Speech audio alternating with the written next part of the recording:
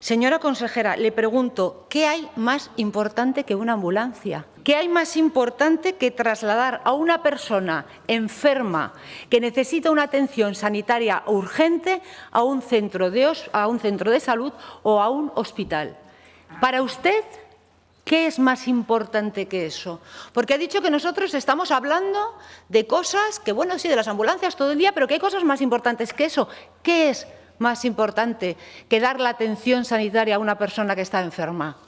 Si para usted, señora consejera, hay algo más importante, discúlpeme, de verdad, discúlpeme, pero no sé qué hace usted ocupando el cargo de consejera de Sanidad del Gobierno de Aragón. Señora consejera, yo creo que usted, de verdad, se ha equivocado, porque nuestro trabajo, nuestras demandas, nuestras peticiones no son una cuestión de ideología, porque este tema no es una cuestión de ideología, es una cuestión de Aragón, de Zaragoza, de Huesca y de Teruel, de los zaragozanos, de los oscenses y de los turolenses, de su atención, de su salud, de su igualdad, vivan donde vivan. Desde el Partido Popular seguiremos trabajando por los aragoneses, por Zaragoza, por Huesca y por Teruel, por sus derechos, por su sanidad, aunque a ustedes les moleste, aunque a ustedes parece que ahora les duela. No nos señale a usted a nosotros como su enemigo. Busque en su departamento sus errores y trabaje para corregirlos. Trabaje para dar solución a los problemas que tienen los aragoneses, porque si nuestro deber es denunciarlo, el suyo es corregirlo.